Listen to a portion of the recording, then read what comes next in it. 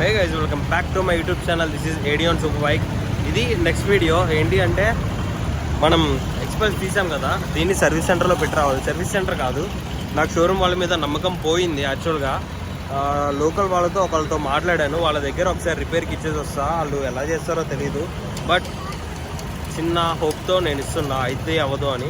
Start చేసి ఒక 5 minutes అట్లా అవుతుంది. ఇప్పుడు దాకా ఇంజన్ ఆగలేదు, ఇంకా రన్నింగ్లో ఉంది. చూడండి, ఇంజన్ రన్నింగ్లో ఉంది. మీరు లాస్ట్ వీడియో చూస్తే మీకు క్లారిటీ వస్తుంది ఈ బైక్ అసలు ఏంటి అని చెప్పేసి. నేను ఆల్ ఇండియా రైడ్ దీంతోనే చేశాను. చిన్న ఇంజన్లో చిన్న హోల్ ఉంది చూడండి, ఇంజన్ ఆయిల్ లీక్ అవుతుంది.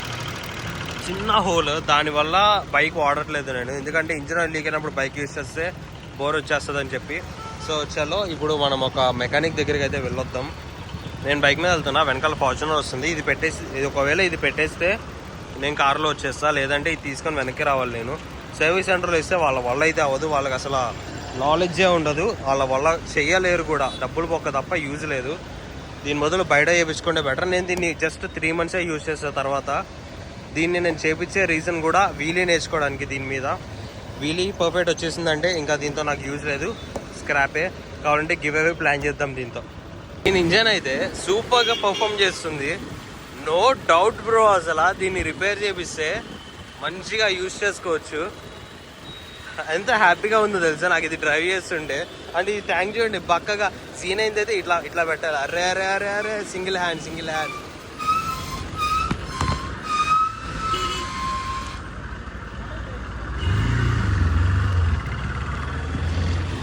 Sorry for disturbance. Okay, let's go.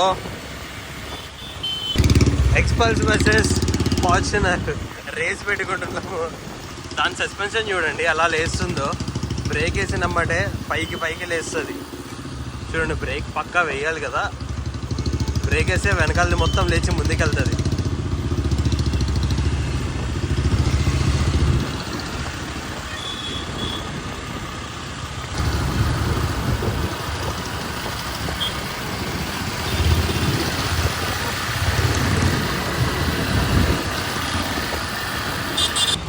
దీన్ని ఈ ఎక్స్పల్స్ని నేను మధ్యలో ఒకసారి అమ్మేద్దామని చూశాను. అమ్మేసి ఉంటే ఇప్పుడు నేను చాలా రిగ్రెట్ అయ్యేవాడిని. బికాజ్ ఇప్పుడు దీన్ని డ్రైవ్ చేస్తుంటే నాకు ఇదేంటో నాకు ఇప్పుడు అర్థమవుతుంది. ఇన్ని రోజులు నేను ఏం మిస్ అయ్యానో నాకు అర్థమవుతుంది. అంటే లైక్ కంఫర్ట్, సిటీలో డ్రైవ్ చేయడానికి కంఫర్ట్ ఇంపార్టెంట్. మనకి సూపర్ బైక్ వేసుకొని తిరిగితే కంఫర్ట్ రాదు కదా. కానీ చూడండి ఎంత బాగుందో. ఇలాగే ఉండేది నా గోప్రో యాంగిల్ కూడా. చాలా హ్యాపీగా ఉంది బ్రో. ఇదే మెకానిక్ షాప్. నేను ఇంతకుముందు ఒకసారి మాట్లాడే వీళ్ళతో చేస్తా అన్నారు. ఒకసారి చూద్దాం ఇలా పరిస్థితి, లైక్ చేస్తారో లేదో, చేయగలరో లేదో ఒకసారి చూద్దాం. ఒకసారి చేయ అన్నా, కింద హోల్ ఉంది.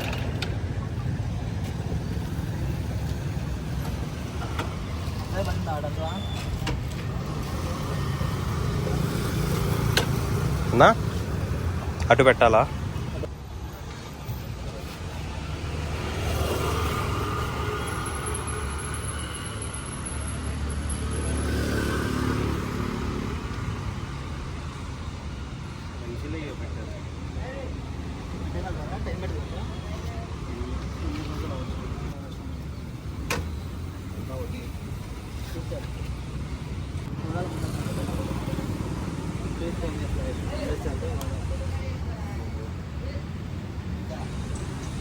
లోపల కూడా సౌండ్ ఏదో వస్తుంది, సౌండ్ వస్తుంది. అదైతే అయిద్దో లేదో చెప్పలేమంట. ఆయిల్ లీకేజ్ అయితే చేస్తా అన్నారు. అయిద్దో లేదో కన్ఫర్మ్ అయితే లేదో. పికప్ లేకపోతే దీన్ని చేపించేదే నేను వేస్ట్. దీన్ని నేను చేపించేది మెయిన్ రీజన్ వీలీ నేర్చుకోవడానికే. పికప్ లేకపోతే ఇంకా ఎందుకు, ఇది సిటీలో యూస్ చేసుకోవడానికి తప్ప పని చేయదు. ఇంకా సర్వీస్ సెంటర్లో ఇవ్వమంటున్నారు వీళ్ళు. సర్వీస్ సెంటర్లో ఇస్తేనే ఈ స్క్రూలు ఏం లేకుండా చేశారు దీన్ని.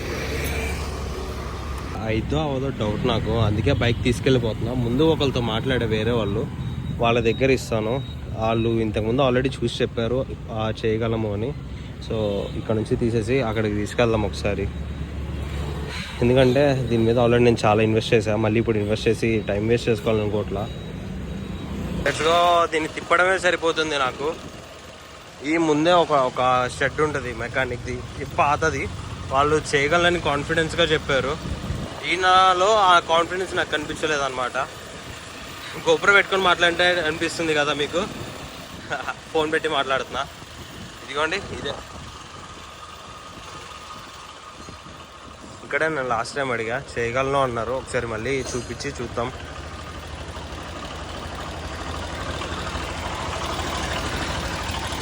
ఇదిగోండి టక్ టక్ టక్.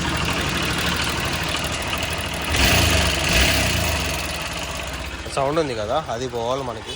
అన్న ఇక్కడ మెకానిక్ లేదు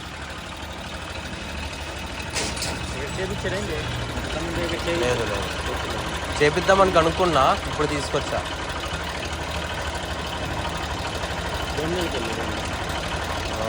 ఎంత టైం పట్టిద్ది అన్న? హాఫ్ అన్ అవరా? పెట్టేసి వెళ్దామా? రావడానికి హాఫ్ అన్ అవర్ పట్టిద్దంట. ఇది మన కీస్ చూడండి ఎంత క్యూట్గా ఉన్నాయో. సో హ్యాండ్ లాక్ వేసేసి తీసుకెళ్ళమని చెప్పాడు. నాకు ఒక 15 minutes పని ఉంది, బయటికి వెళ్ళేసి వెళ్తాం.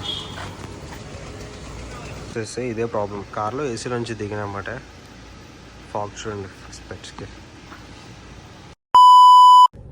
ఇప్పుడు ఎండ్ ఓవర్లో ఆటో పార్కింగ్ చూద్దాం.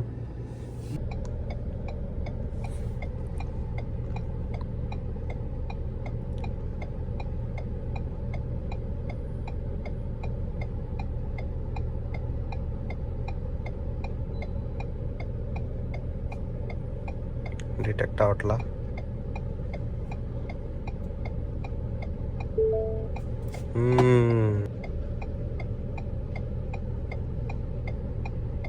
ఓకే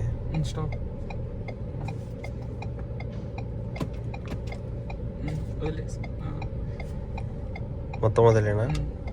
ఓ గుద్దమాకే వెళ్ళి దాని పిల్లలు గుద్దదుగా. Wow,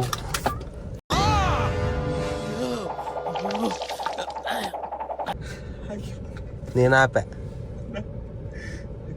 straight చేసేసుకుంటుంది. చాలా స్పీడ్కి పెట్టేస్తుంది అది.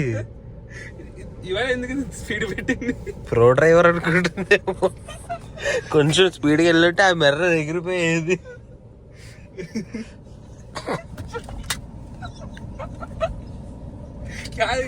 ఇంటి దగ్గర నేను బాగా వెనక్కి వెళ్ళుంటే ఆ గోడకి తగిలి అది పగిలిపోయేది. దీన్ని ఎలా క్యాన్సిల్ అయిపోయింది కదా. Cancel better.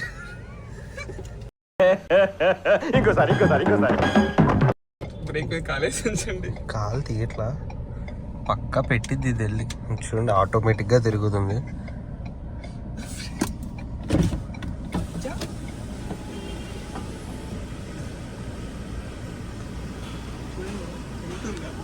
తగలటం లేదు, నువ్వే వెళ్ళింది. ఇదే వెళ్తుంది.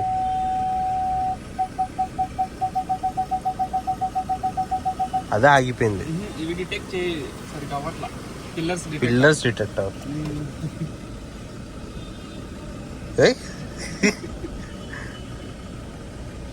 Seriously finish.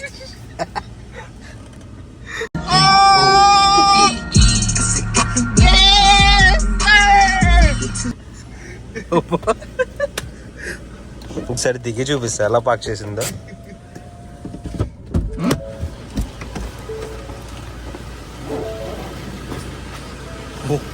Wow, exactly. కొంచెం స్పేస్ వదిలి పార్క్ చేసేసింది. కొంచెం ఇటు వచ్చింటే అయిపోయేది కారు. మనకంటే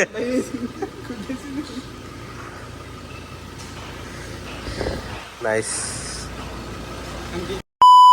ఇక్కడ పెట్టేసి వెళ్తున్నా, మనం మళ్ళీ వచ్చాము.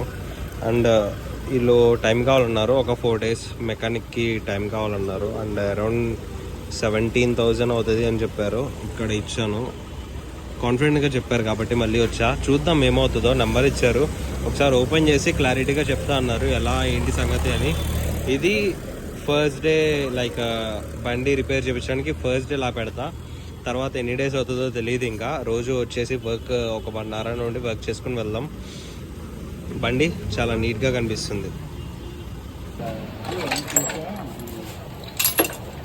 టాయిలెట్ కూడా లోపల వెల్డింగ్ చేయించారు. ఇది కూడా డీలో వెల్డింగ్ చేయించి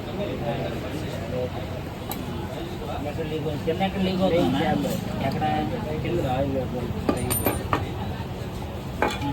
క్లీన్ మొత్తం 2 సైడ్లో ఇక్కడ క్లీన్ చేసాను. అది ఎందుకు లీక్ అవుతుందన్న? చూద్దాం ముందు ఆ చాపర్ సెట్టింగ్ ఎట్లా ఉందని చెక్ చేసుకోవాలి.